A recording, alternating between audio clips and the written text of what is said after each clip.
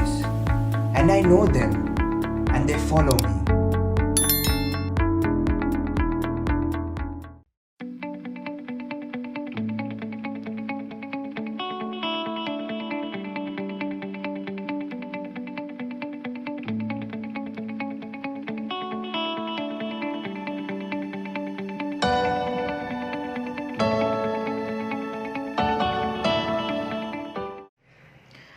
Praise the Lord, brothers and sisters.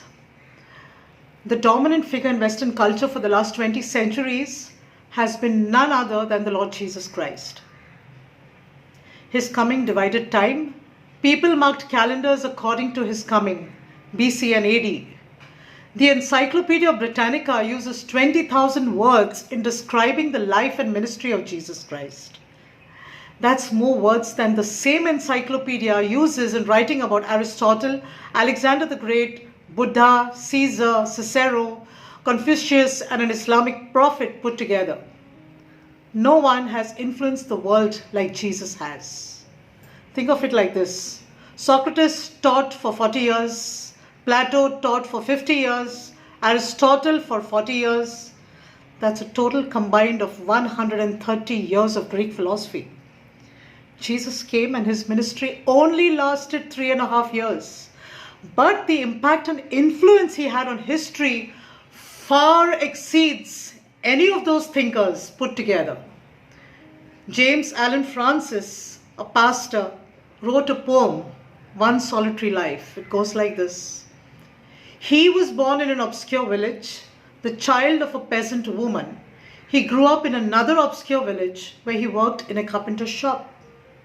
He never wrote a book, he never held office, he never went to college, he never visited a big city. He never traveled more than 200 miles from the place where he was born.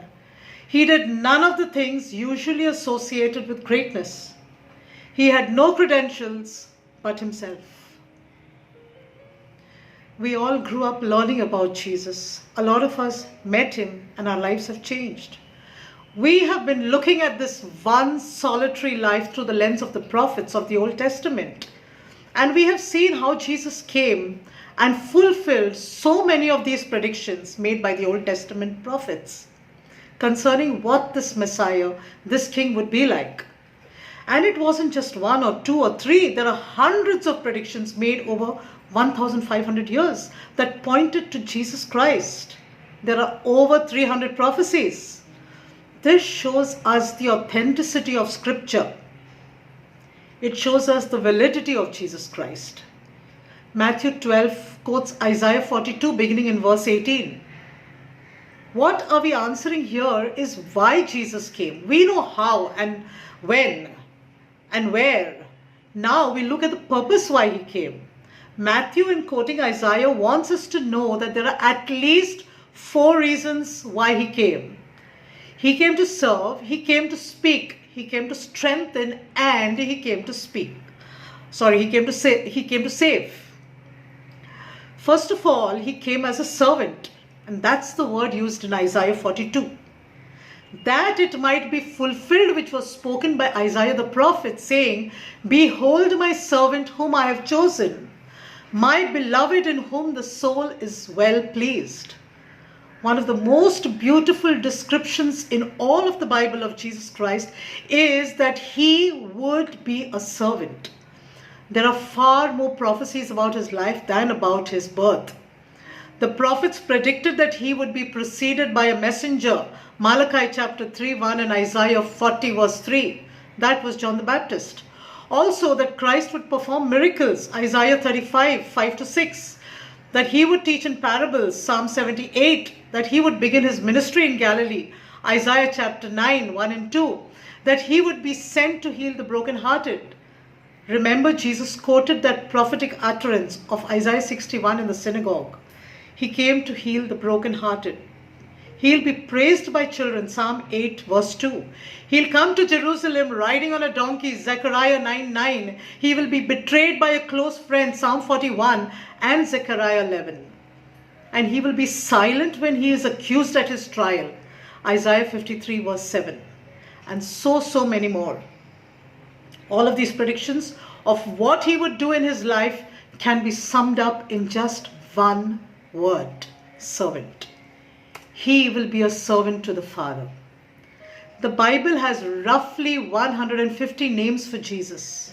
He would be called Wonderful, Counselor, Mighty God, Everlasting Father, Prince of Peace, to name a few. Jesus referred to himself as the bread of life, the Good Shepherd. Paul called him the Chief Shepherd, the Messiah, the Cornerstone. The writer of Hebrews called him the Great High Priest. There are 150 different titles, but Isaiah's favorite title for Jesus was that he would be the servant of the Lord. He would serve the Father's will. Now that's not an uncommon title. Abraham was called the servant of the Lord. Isaac was called the servant of the Lord. Jacob was called the servant of the Lord. It's one of the titles given to Moses, the servant of God. Many of the prophets were given the title, the servant of the Lord. But Isaiah uniquely has 4 sections of his prophetic book where he highlights the servant nature of the Messiah who is to come. Jesus, the servant of the Father. Jesus healed all who came to him. Yet he warned them not to make him known, so that it might be fulfilled, which was spoken by Isaiah the prophet, saying, "Behold my servant, whom I have chosen, my beloved, in whom my soul is well pleased. I will put my spirit upon him, and he will declare justice to the Gentiles. He will not quarrel nor cry out, nor will anyone hear his voice in the streets. A bruised reed he will not break, and smoking flax he will not quench, till he sends forth justice to victory, and in his name Gentiles will trust."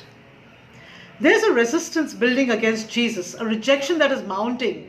The religious people especially are looking at him, and now they want to destroy him. And here's why. When Jesus came on the scene and they thought he might be their Messiah, they were disappointed. Jesus must have been a terrible disappointment to them. They had it in their minds that when their Messiah comes, he will deliver them from the Roman oppression and set Israel up as top of the kingdom and establish his earthly kingdom. It's wonderful that he is healing people, but he did not come and meet their expectations. And they are trying to trap him now. They expected their Messiah to keep their rigid interpretation of the law. The Messiah, they said, will be the servant of the law. Matthew says no. According to Isaiah, the Messiah will be the servant of the Lord, not of the law. He is there to please the Father and fulfill the agenda of the Father, not the expectations of the people. He was on a mission to redeem the world from sin. He said in John 8:29, "I always do those things that please him." But he also came to serve his followers. That brings us to the scripture verse, Matthew 12:18. "Here is my son, whom I have chosen, the one I love, in whom I delight. I will put my spirit in him." He washed their feet. He taught them the truth.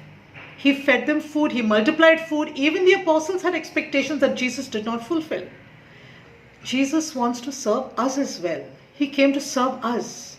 That doesn't mean he'll give us everything we want. He will give us everything that we need. The Son of Man did not come to be served, he said, but to serve and to give his life a ransom for many. He did not come to fulfill our expectations, but to end our condemnation. That's how he serves us best. That's what God sent him to do. And it's why he said he was so pleased with his Son that he came to serve. There's a second reason he came. He came with a message. He came to speak. Quoting the prophet, "I will put my spirit upon him, and he will declare justice to the Gentiles." What Isaiah is saying is, when my servant comes, he will have a message of truth that people need to hear. Now, Jesus did a lot of things. He walked on water, he healed the sick, he raised people who were dead, he held children in his arms to bless them. But he didn't come to do just some tricks and make people feel good. It's amazing how many people think that Jesus just came to be a good example. No, he came with a message. He wanted people to hear, and so he declared, he preached, he taught. In Luke 21, he enters the temple. It says he taught the people in the temple and he preached the gospel. He taught and he preached. Then he taught the people in the synagogue. Then he went out to the Sea of Galilee and sat on a boat. People gathered on the shore and he taught them. He went to the temple again and he taught them again. The multitudes came to him on the mountain and he taught them. One of the most astonishing stories is when our Lord is in Capernaum, living in Peter's house. And he comes to the house and we are told many gathered together, so there was no longer room to receive them, not even at the door. Now that's a big party, it's a lot of people. And listen to what he did. He preached the word to them. Now what do you do with a group full of people, many of whom are diseased, many have maladies, there are a lot of needs in that group. What's the most important thing that Jesus taught he had to do? Preach the word to them. Not heal them, but preach to them. Why? Because hearing the truth for your soul is more important than getting healing for your body. Hear that again. Hearing the truth for your soul is more important than getting healing for your body. You can be living in perfect health and die without Christ, and you'll be hopeless for eternity. What good is that? So he wanted to make sure while he has them, the first thing he does is he preaches the word to them. In the Gospels, Jesus is said to teach the word 36 times. He is called a teacher 47 times. Our Lord himself says that you will know the truth and the truth will set you free. That one solitary life can heal your one solitary life. He came for you. The question is, will you come to him? Let us pray. Father in heaven, we thank you that we can reflect on scripture like this. Just like Jesus spoke the truth to people, help us to carry on with that ministry. Strengthen us. We pray for all of us who are here, listening. All of those who need to trust in Jesus, those who need to lean on him, those who feel broken, those who feel scarred, those who've been through some financial crisis, those who are in the midst of disease. Help them, Lord, to trust you, to say yes to you, to open the door of their heart to you, to invite you in, to follow you today and every day. Bring them to yourself, Lord. We ask this in the precious name of Jesus. Amen.